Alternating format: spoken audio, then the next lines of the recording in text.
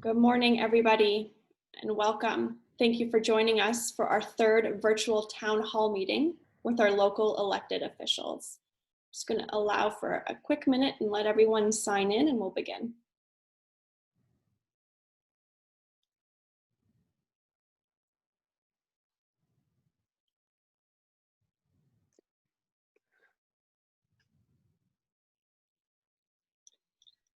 Well, thank you again for joining us. I'm Shakiba Shayani, President and CEO at the Guelph Chamber of Commerce.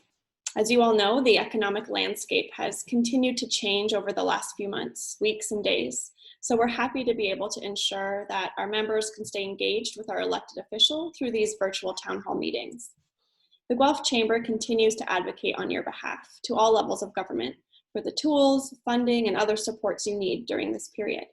I'd like to thank MP Lloyd Longfield, MPP Mike Schreiner, and Mayor Cam Guthrie and their teams for responding to our members' concerns and ideas over the last while.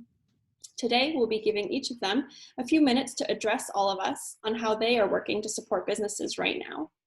We'll then move into a Q&A period. We have already received a few questions in advance, but I encourage anyone who is tuning in to feel free to pose a question in the Q&A area found at the bottom of your screen. If you see a question you like, please upvote it by liking it. If you'd like to direct a question specifically to one person, please clearly state to which elected official you are posing the question to. We'll try and get through as many questions as possible. We are recording this town hall, and it will be posted to our YouTube page later today.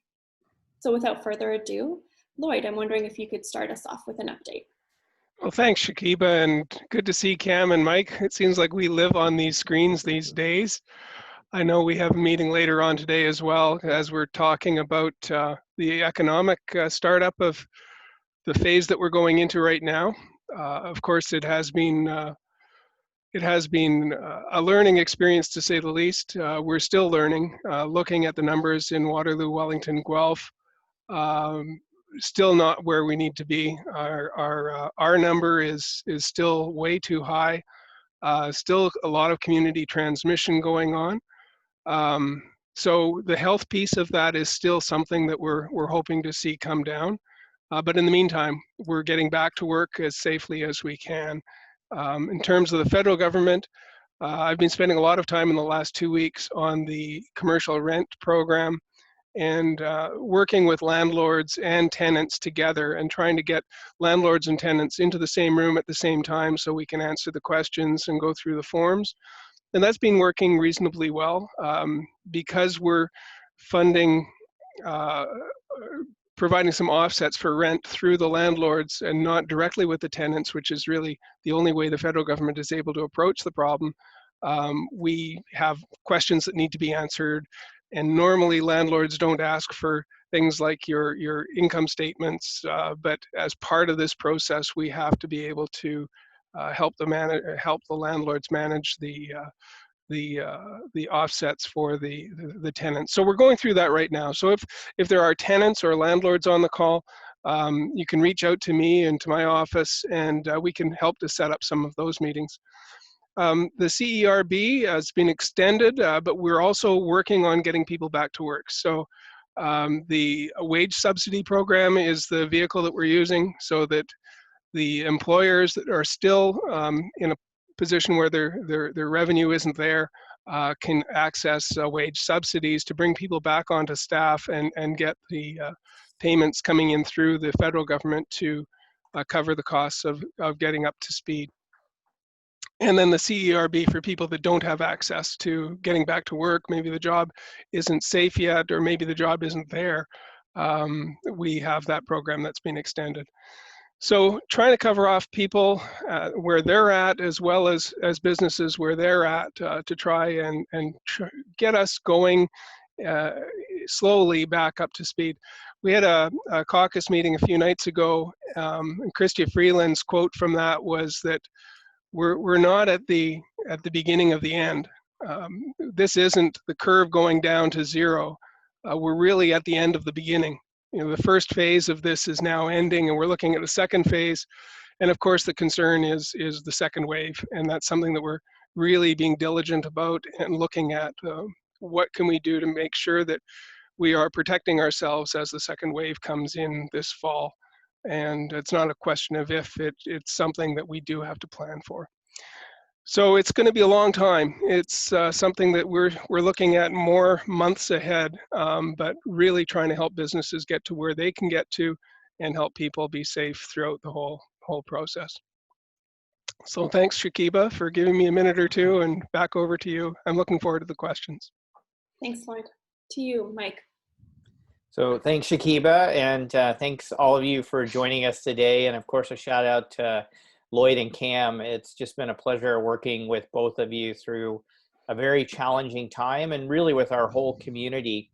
I'd say probably the biggest issue I've worked the hardest on over the last few weeks at Queen's Park is bringing in a commercial evictions ban for those who qualify for SECRA.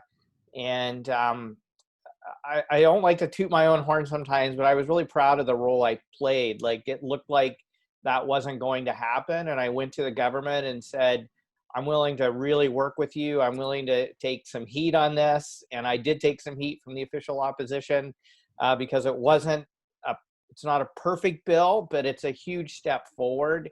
And Cam, I just wanted to thank you for giving me a shout out and coming to my defense, because there was some, I just think politics that didn't need to be being played. But I also want to give a shout out to Marty Williams and everyone in the Downtown Business Association as well, because all of you came to me and said, hey, we're going to back you to get this through Queen's Park. And so we managed to get it passed last week, and we'll continue to work with Lloyd on improving the program. But as Lloyd has said many times, the federal government can work with landlords. It's the provincial government who works with tenants. And so I've really been trying to push the province to work with the federal government to make it a tenant-driven program, because I've heard from many businesses in Guelph and across the province that the program would work better if it was tenant-driven. And so we'll continue to work on that and continue to work across party lines on that.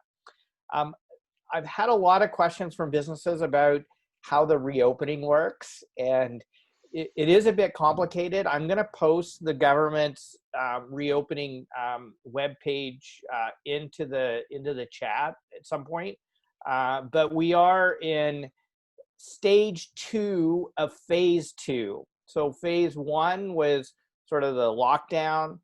Phase 2 is the restart. And then phase 3 will be the longer term recovery, which is probably a ways off, because Lloyd is absolutely right. We're all planning and anticipating that there'll be a second wave in the fall. And so within phase 2, there are 3 stages, and Guelph is currently in stage 2. And stage 3 would be allowing more larger gatherings and things like that to open. But for most businesses in Guelph, stage 2 allows you to reopen, obviously meeting the public health guidelines and the physical distancing guidelines. And I know a lot of businesses have talked about the need to potentially have access to low interest loans or grants to help cover the costs of that. And so that's something that's being talked a lot about in the province's Economic Recovery Committee. And my hope is when Queen's Park comes back in July, that will be the types of legislation we'll be looking at. The second one is, I know a lot of businesses have reached out to me and individuals about childcare. And I know childcare is a huge issue in order to be able to reopen and people be able to go back to work. And so I've had a lot of meetings with the Y, who's the YMCA is our largest childcare provider in Guelph, and they're working through their reopening, and we've had some really productive meetings with the province around that and around supporting the additional costs they're going to face related to that. I've also been meeting with some of the larger manufacturers around electricity pricing and the concerns around whether you're Class B or Class A designation, and the fact that we could be seeing some increases in the global adjustment for Class B manufacturers. So I don't want to get into the details for everyone on this call because it's very complicated. But if any manufacturers or any businesses are on the call right now and you need some support with that, please reach out to my office. I know I'm working with some of the manufacturers here in Guelph on that issue, and the Premier's office has been and the Minister's office has been very receptive because it affects manufacturing in particular across the province. So, and then the final thing I'll say is, most of you probably don't want to hear this in some respects because we're all struggling and this is all tough on everyone, but the Provincial Financial Accountability Officer did release a regional breakdown of employment numbers from across the province. And Guelph is actually doing better than pretty much anywhere in the province when it comes to our unemployment numbers and our employment rates. So great job, everyone in Guelph. Like, as tough as this is, and you know, I don't want to sit here and celebrate, but I also want to say that as a city, we're doing better than pretty much every municipality and region in the province. And so that says a lot, I think, about the business community and our community in general, of how well we're all working together to, you know, maintain employment, but also to do it safely. So you're all doing a good job. And so I'll leave it at that and just look forward to questions. Thanks for that thorough update, Mike.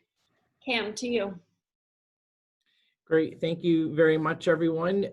Shakiba, I think, were you given a form to share up on the screen at a certain time? So maybe I'll just quickly want to jump into that, if you don't mind pulling that up for everyone.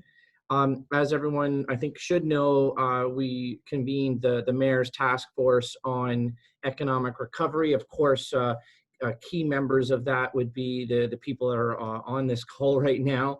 Thank you so much to Shakiba for your leadership, and to the businesses in the city that have joined on, and to the leadership of both Lloyd and Mike as well. As you can see, that's being shared on the screen right now. And you can just kind of slowly scroll if you want there, Shakiba. You can see all the different things that have been coming through the task force. You know, that color green is really, really nice. I know Mike likes that color. And that's showing what's been completed. And you can see some things that are still in progress and some things that are, you know, going to be under consideration. And so we are moving along as best as we possibly can under the, you know, under the ability of what the role of a municipality can play in this. And a lot of it is just, unfortunately, not our jurisdiction, but a lot of it can be considered by us. And what's happening at the task force is that the issues are being discussed at the table. City staff are sitting and listening at that table, and then they take those ideas and those things away to be considered. And if there is things that require council approval, it comes to council for consideration. And if things do not, and they're able to get it done, they get it done.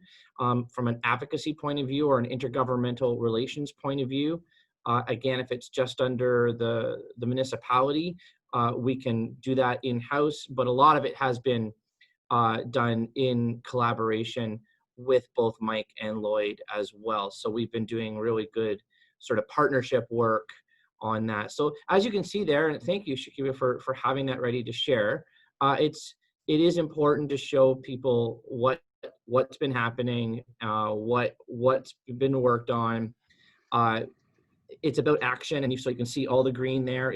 We're doing things, and it's been going really well. Thank you for sharing that.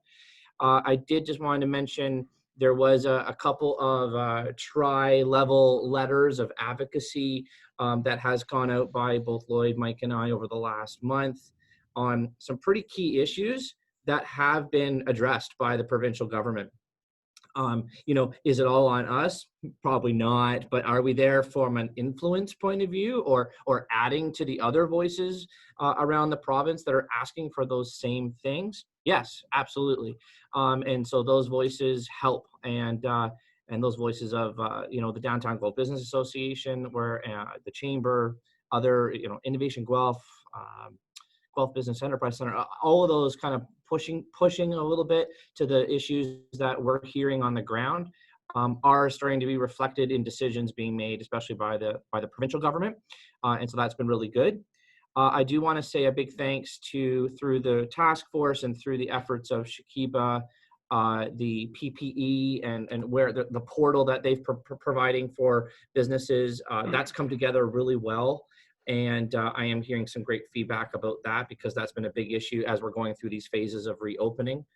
And speaking of PPE and speaking of Guelph specific, I know Mike just mentioned, the employment numbers. That's something more focused on Guelph. Of course, everyone else is also focusing on Guelph because of the mask issue. And so I want to acknowledge that that is something that, came quickly to businesses. And I think that you guys have, all the business community, have reacted very well to that because of how quick it landed on your doorsteps. There is going to be pockets of issues, and I think the public health officer and our public health staff there, they've been handling it as best as they can. They have updated and given clarity on the Section 22 order that was mandated. And so I know that Shakiba and myself and Lloyd and Mike have been pushing the clarity out to businesses as much as possible. I'd really recommend that you really do look over those issues of clarity if you haven't yet, especially if you're like a front door business, a retail, having a lot of customers come in your shop. Look at that clarity, because you don't want to be in a tough spot for yourself. I think the medical officer has made it very clear and very accommodating for her role of trying to keep everyone healthy and safe. I will indicate, though, that I'm now seeing many regions around us now starting to look at doing the mandatory mask wearing. So it looks like maybe Guelph was one of the first, but many others are now coming on stream with that as well.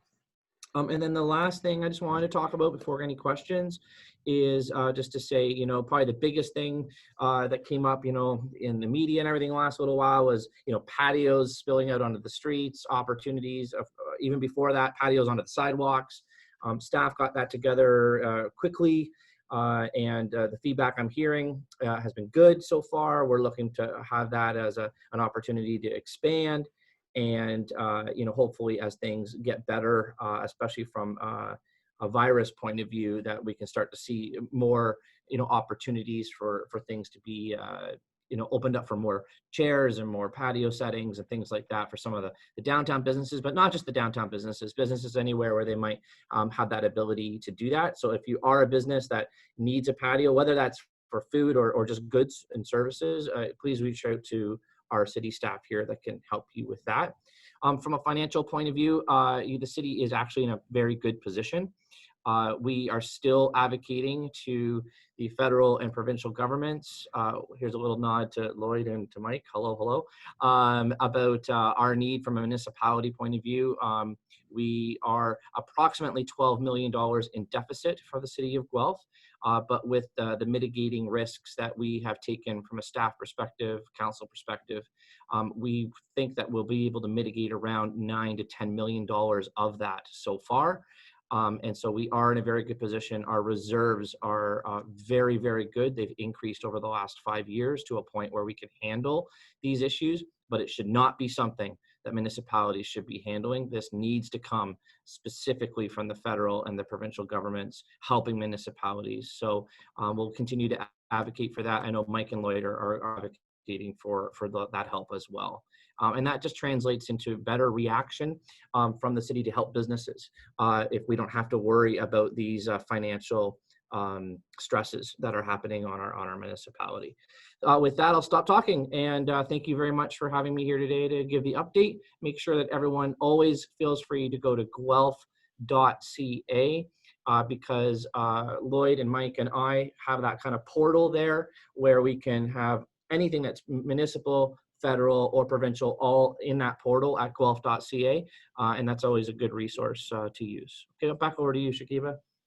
Thank you, Cam. That was a really great update. And I'm pleased that we were able to show some of the progress that's being made around the task force table. And it's been great to see so many of the initiatives being undertaken by city and city staff. But also, I would say kudos to all the business support organizations in our community who are also championing some of those asks that are coming from our members and businesses. So it's been a really great collaborative effort. We have lots of questions, which is great. So I'm going to jump right in. Inevitably, it's we have questions about the commercial rent assistance, Lloyd. And as you are well aware, there have been some complaints and difficulties from landlords who are being asked to share quite a lot of information, personal information, SIN, license details, bank statements, that kind of thing. We're curious about why this application is so different than other government programs, and if there is a plan to make that easier, and if there isn't, what we should be doing to encourage that be the case. Sure. The biggest difference here is that most government programs are direct to the person that benefits from the program. In this case, we have to go through a landlord to get to a tenant, which is why we have to have additional information, because the landlord then becomes the manager of the program. And so the information from the landlord is to verify that the tenant we're trying to reach is a tenant that qualifies because of their business volumes dropping off. So the short answer is that it isn't going to get any easier, which is why I'm asking tenants and landlords to come together and we can have those discussions to fill out the forms, just as my office helps out with immigration files or with Canada Pension files or other government services. But it's a new program for us as well, working with CMHC. So we are getting up to speed as we're providing the support. But really, because Ontario is in the situation it is where we have to go through landlords, and Mike and I have talked about this. British Columbia is doing things differently, where the provincial government is providing financial assistance to tenants.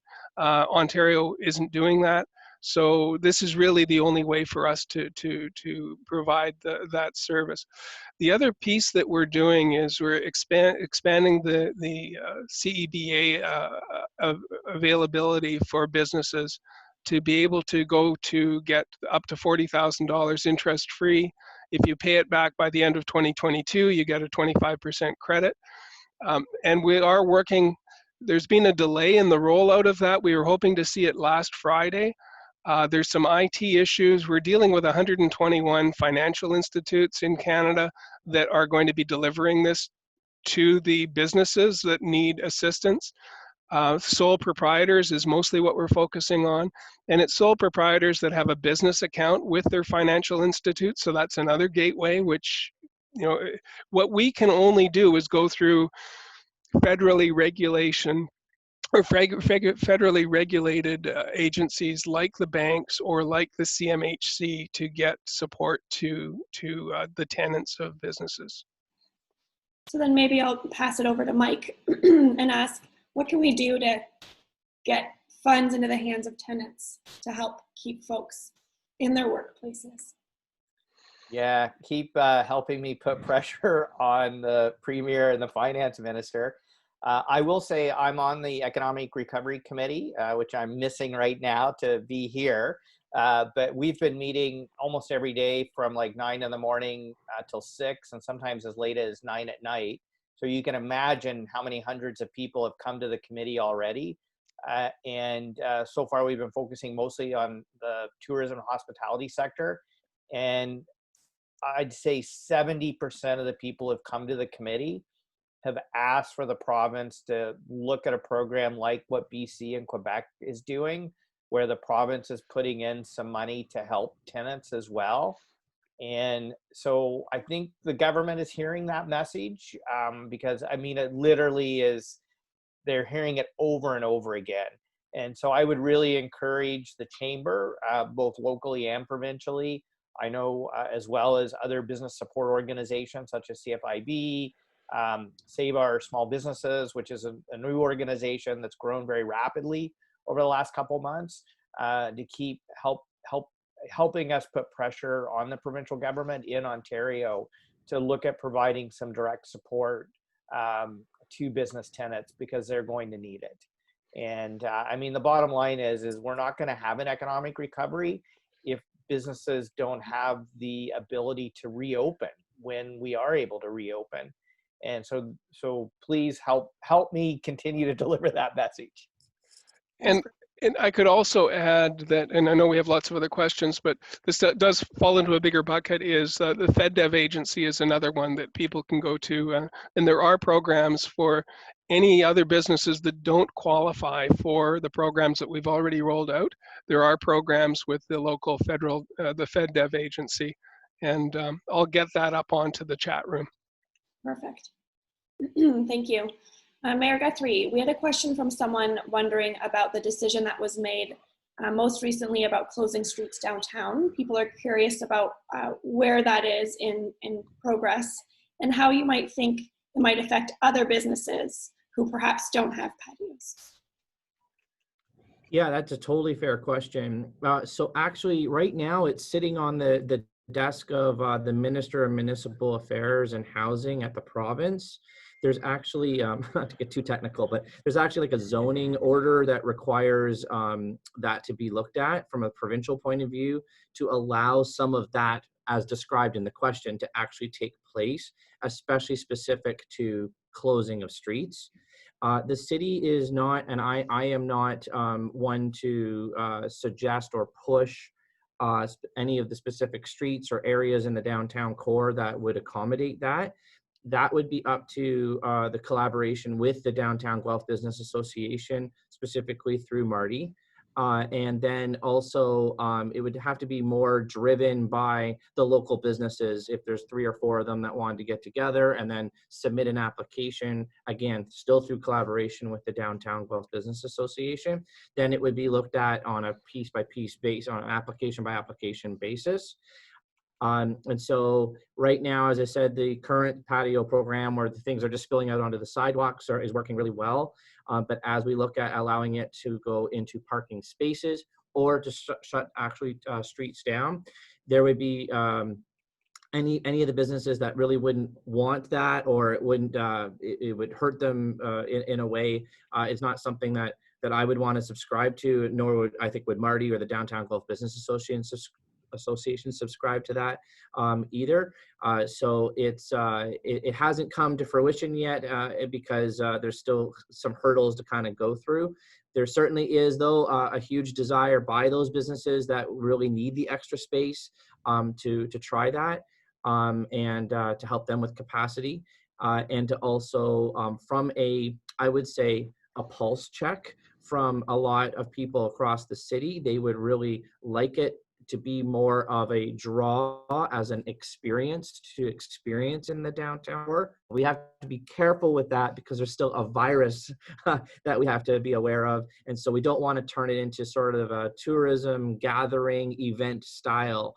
We have to still be very cautious about that with all the public health regulations as well. So I hope I answered that as best that I can, but it's not like it's going to happen tomorrow. Okay, that's good to know. Thank you. A question that I'm going to pose first to Lloyd, but I think there was a follow-up that's directed to Mike. So there are still businesses who are quote unquote falling through the cracks, especially really small micro businesses or those in unique circumstances. Curious, Lloyd, if you can speak to the programs that are or are not helping those folks out. And Mike, I think the question followed to that is, where there are cracks in the federal relief programs, how do we ensure the province can step in and support them? So I'll start with you, Lloyd. Sure. The remaining gap that I can see is when a business is operating as a sole proprietor under a personal bank account and not paying the extra fees to have a business bank account. That's still an area that we aren't reaching. The program I mentioned with FedDev is something that could help out there. But when a business is operating under a personal bank account and putting the business expenses through that, it's very hard for the government to separate out what's business and what's personal. And so that's still a challenge for us.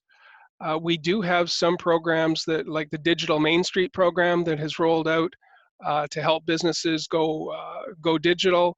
Main Street class businesses that would be businesses like the one I just mentioned can get up to $2,500 to help with transitioning or improving websites, and that's available through the Business Center, through the Business Enterprise Center downtown with Chris Delmaines' program, or Marty Williams at the Downtown Business Association. But the funds are going to be directed through the Business Center. So those are for the micro-sized businesses. And then, of course, we're working with the Chamber on the 1-800 number to get financial information, and that's been extended now into July to get business support questions answered. And then finally, I would say to go on to, there's a free download wherever you get your downloads, Canada Business, and there's a chat room within that where you can ask questions about funding. And you can also answer some questions about your business, and it will direct you to the programs that are currently available. Yeah, I will give a shout out for sure to that app, the Canada Business app. I do recommend that folks download that because it is a really good navigating tool. So thanks for that, Lloyd. So Mike, to you, what happens if there's still not quite a fit there for business? What should we be doing and asking of the province? Yeah, well, I mean, as it's been stated many times before, most of the support programs are coming through the federal government and less so through the provincial government. Most of the supports the province is providing has been tax deferrals for a whole variety of taxes and fees. And so one of the concerns that's been raised a lot at committee is that for a number of small businesses, in a sense, that's almost deferring debt. And at some point, that debt's going to catch up with businesses, particularly this fall, when many of the deferrals end. And so I think what a lot of people are pushing for is that either those deferrals be shifted into just either grants or write-offs, or they be deferred over a longer period of time, because it's clear that most businesses are not going to have the liquidity or the cash flow to manage those deferrals this fall. And so that's been a big source of discussion, and we'll see where that goes. The other one and this is probably is around PPE and reopening expenses. So a lot of businesses are seeing a reduction in revenue at the same time they're seeing an increase in costs in order to operate or to reopen. And so looking at what types of programs the province can provide to support that. And people have suggested both zero interest or low interest loans and or grants for that. Again, whether the province is going to move on that or not, it's unclear at this point, but it's coming up a lot at committee as one of the primary ways the province can support, in addition to the rent program, which we've already talked about.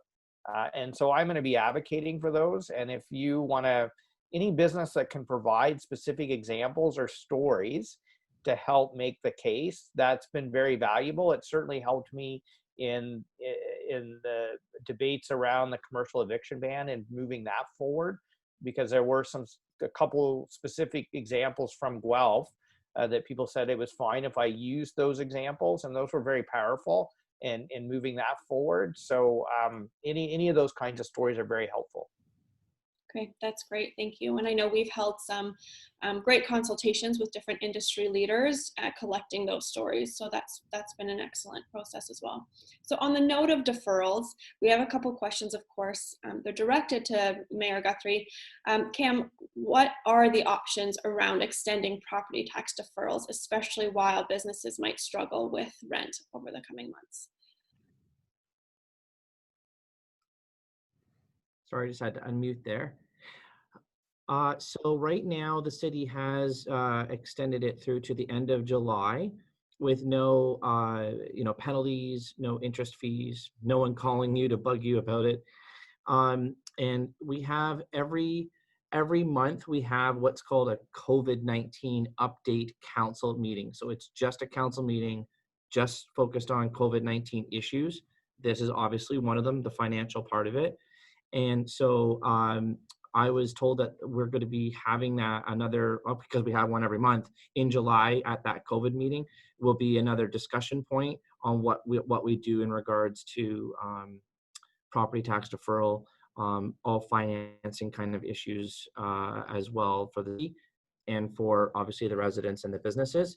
And further to that, just to dovetail into that, there's a lot of questions in regards to, as I said earlier in my opening remarks, we have a $12 million deficit. We're doing a lot of deferrals of capital projects, deferring of hiring, lots of mitigating issues to reduce that deficit. And so I think at the end, near the end of July, we're actually adding another meeting specific just to the finances of the city in regards to budgeting and the impacts for this year and probably the next couple of years as we look forward to figuring out what we're going to do.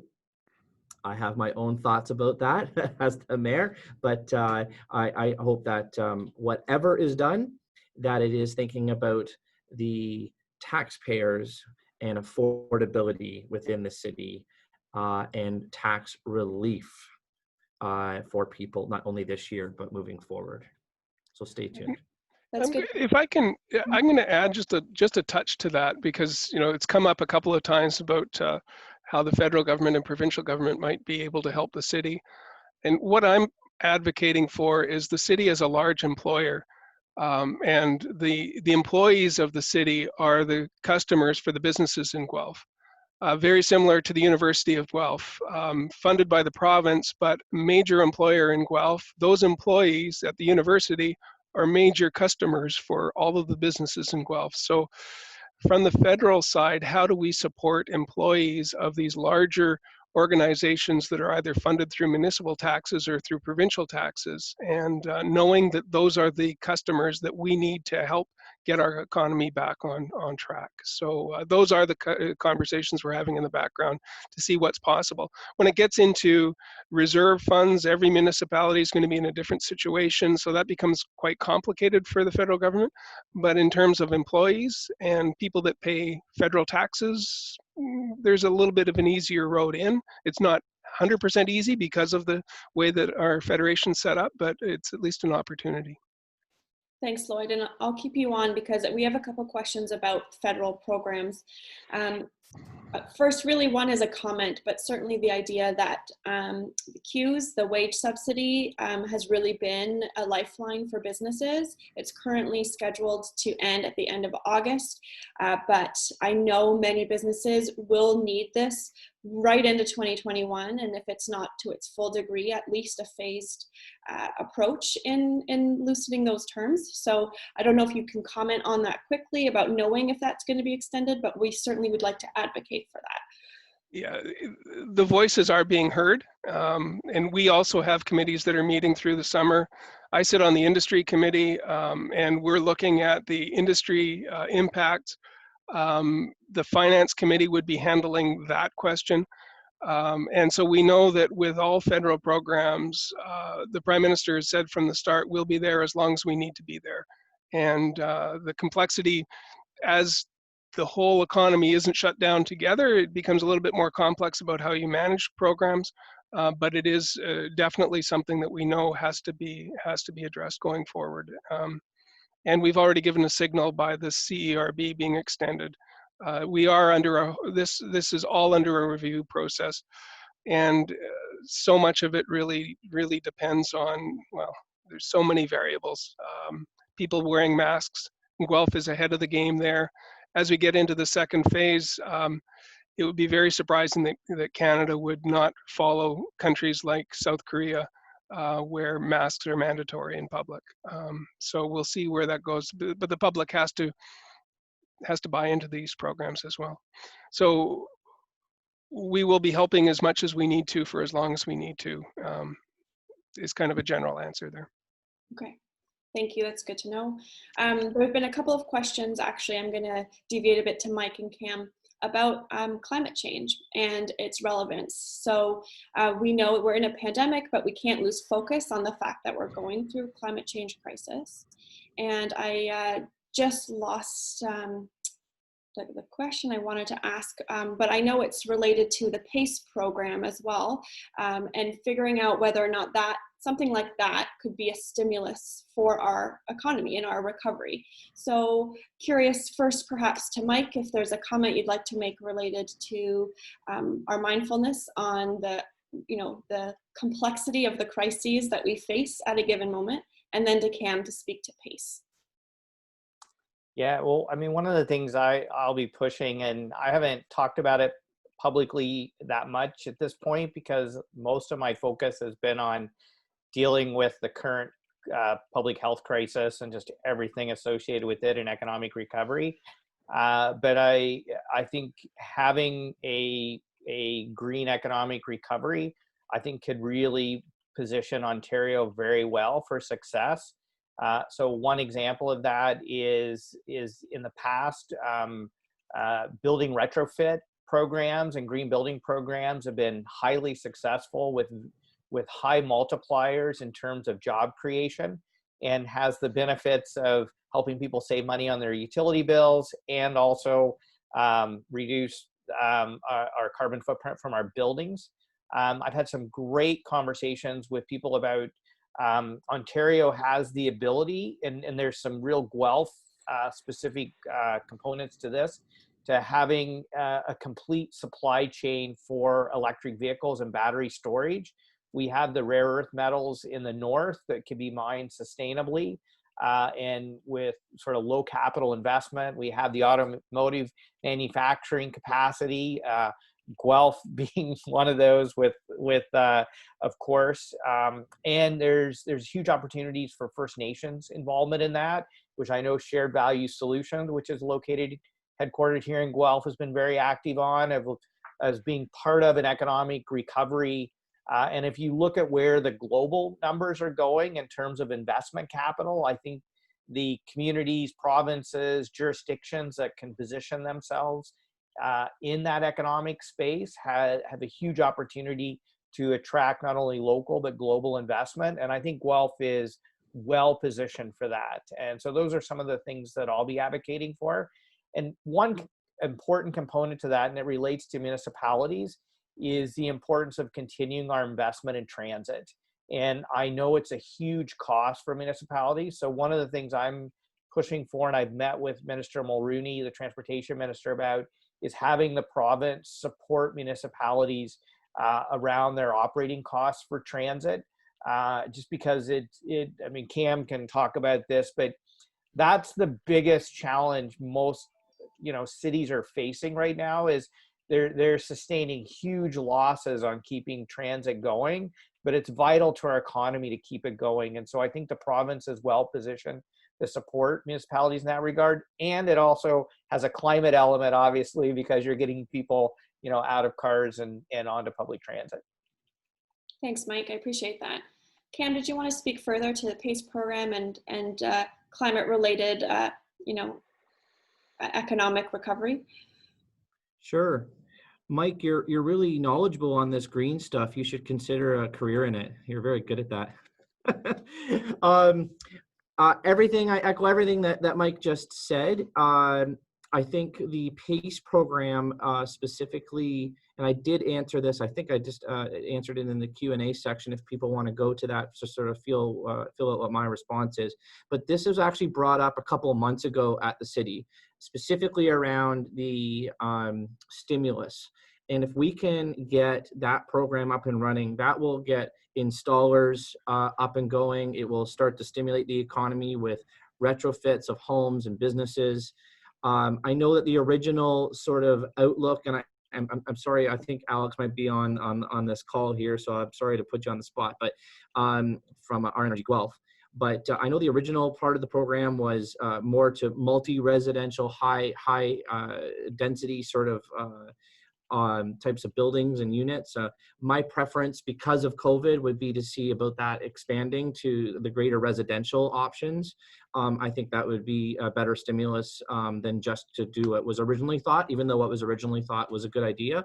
So I'd like to see the program expand to many other types of units.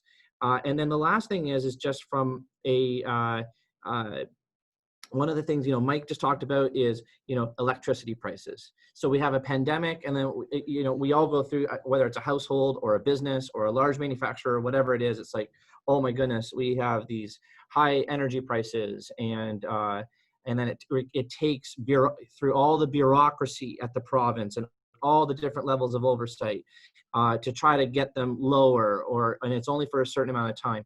So what if the part of the stimulus package went into these types of clean energy projects, and then if something were to happen down the road again, we don't have to worry about any of this kind of stuff. The resiliency that would be built into the infrastructure now is something that would then be carried on to not be really an issue as if any of this stuff pops up again for us to worry about.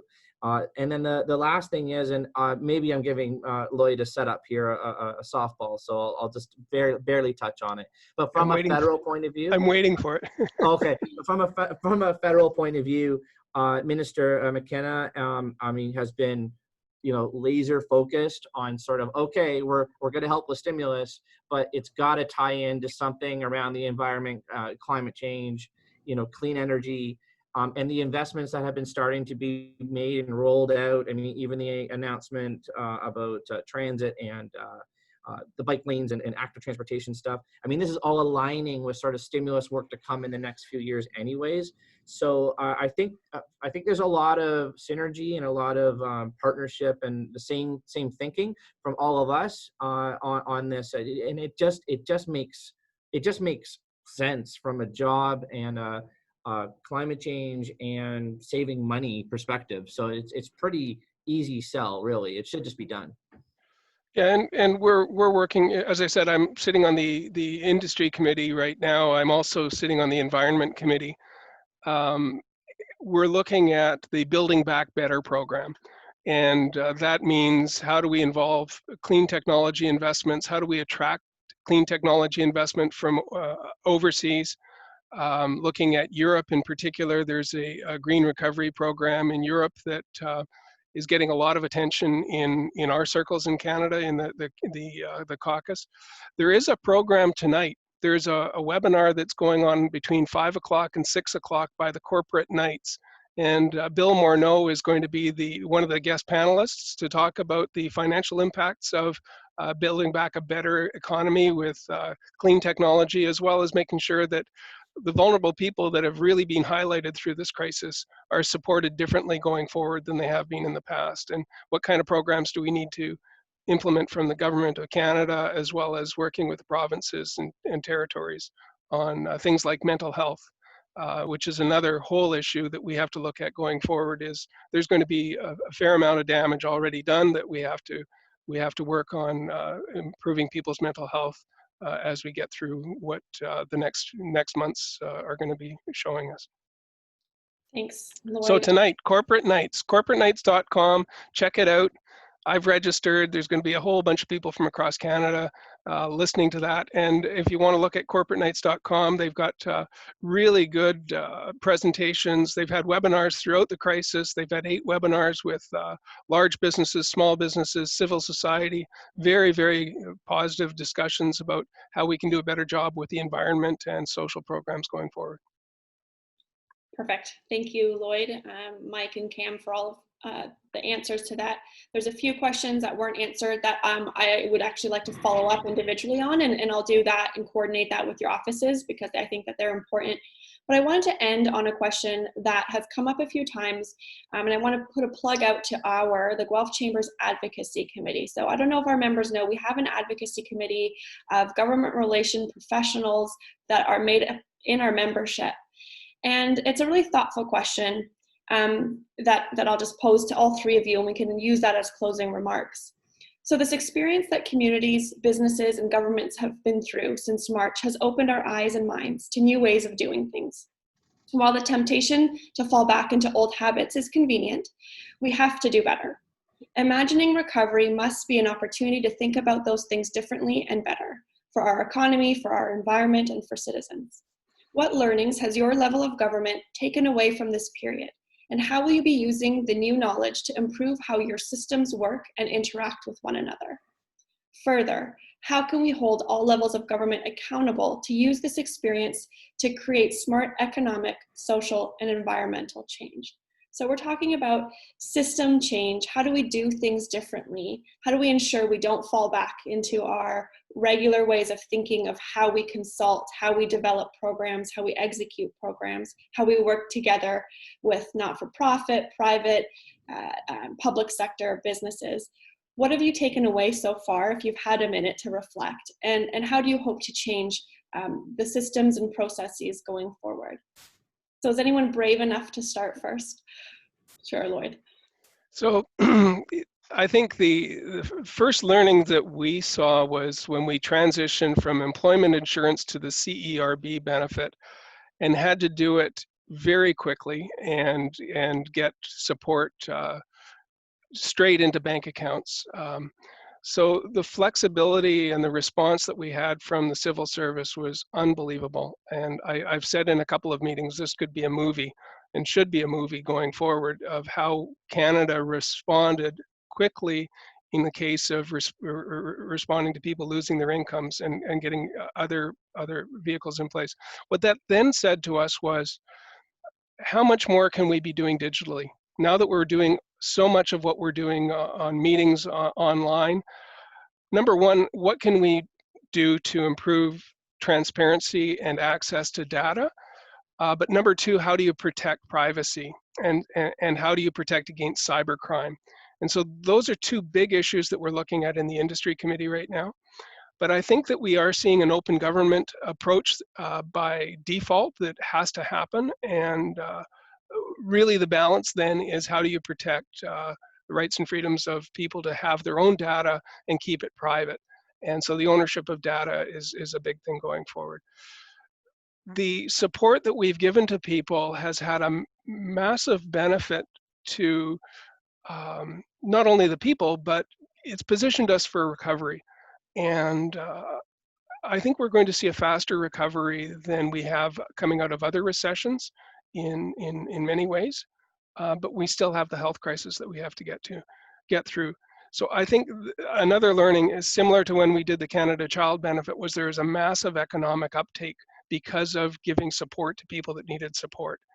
And then sorting out who needs support and who doesn't need support, and make sure you get directed support to people that need support. So those are kind of a very few thoughts I have going, this morning. Is the role of digital going forward is going to be massive. And the second is the social support network that we have. And many of the social support networks have to be delivered through provinces and territories, but there is a role the federal government can play as well. And I'm just going to pull on a key word you said there, is about accountability. And I think we're looking for more and more of that across all levels of government, just to strengthen that public trust. Mike, can I bother you for a response? Sure. So I think one of the biggest takeaways for me is that if we have the political will, or maybe the social will as a society, to transform things quickly, we've shown an ability to do that. I mean, it's been remarkable how fast governments have responded, but also nonprofits, businesses, social service organizations. And so I think through collaboration and cooperation, we've shown an ability to implement transformative change very quickly. And I'm particularly proud of what we've done in Guelph. I think the collaboration between Lloyd and Cam and me, but also with you, Shakiba, at the Chamber, various social service agencies. I could tell you, hundreds of stories about how we've quickly responded to care for people in our community. And so I think one of the things that I think, and Lloyd touched on this a little bit in terms of social services, I think we're going to emerge from this as a more caring country and province.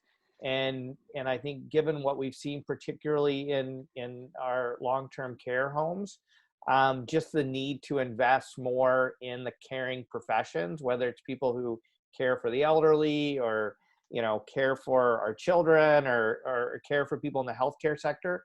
So I think there's going to be a strong desire for that. And I also think there's a huge opportunity in relation to your previous question that we can have both a green and caring recovery. And we can position ourselves well to both address the health crisis we're facing, but also, I would argue, the climate and ecological crisis we're confronting. And we can do it in a way that benefits people and benefits our economy. And also, I really want to quick, and I know it's unrelated to this, but we talked about masks a little bit. And I can tell you at my meetings in the province, people are talking about Guelph. And one of the reasons they're talking about Guelph is that I bet Cam and Lloyd would agree with me, like the emails coming into my office and phone calls of people really upset about that ruling. And the fact that Cam and Lloyd and I all wrote a letter in support of our Chief Medical Officer of Health has not gone unnoticed by a lot of others in the province, of just like, you guys really stepped up and supported a controversial issue that's important about maintaining public health and our economic recovery. It's not an easy thing to do when you're facing that kind of criticism or just challenging people upset.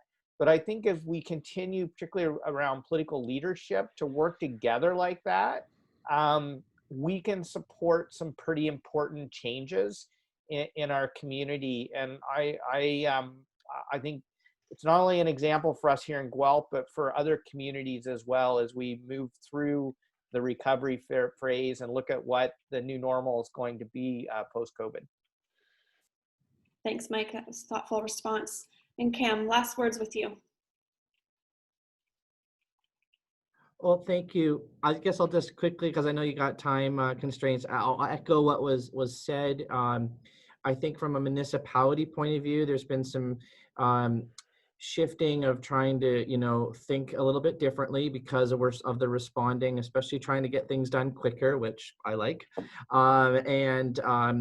From a digital perspective, I think, as Lloyd brought up, the fact that all of our council meetings are now done digitally, and I'm hoping that the province will actually allow municipalities to actually continue that practice. It can help with accessibility for actually more engagement from people, the public, when we're making decisions. And the last thing I would say is just if there is any more kind of shifts, big change shifts to look forward to, it's basically the respect for the level and the order of government that municipalities are, to be recognized through maybe a new way of allowing municipalities to not always have their hand up, jumping up and down, asking mom and dad, the province or the federal government for help all the time. I think there's a room now for a very great opportunity for a tough discussion with levels of government to reimagine how municipalities are funded and how we can better be able to respond to these types of things at the ground level, where really most of this stuff hits the road, than in trying to always be waiting on the province and always be waiting on the federal government. And that's not a slam against them, because it just is what it is. But this is an opportunity for us to really have an opportunity to see how we could interact better for the end of the day, the citizens and the businesses that we all serve. That's a perfect way to capture that. I'm so glad to hear that there's an openness for us to continue to evolve the systems and the processes that we use to work together. I really want to thank all three of you for joining us again today and providing such helpful insight and feedback. We hope to do this again in the coming weeks. Thank you to all of our members who joined us live. Do check out our website for streamlined views of government announcements and resources like our PPE directory and lots more. Please stay in touch with us and have a great rest of your day, everyone. Take care. Thanks a lot. Bye-bye.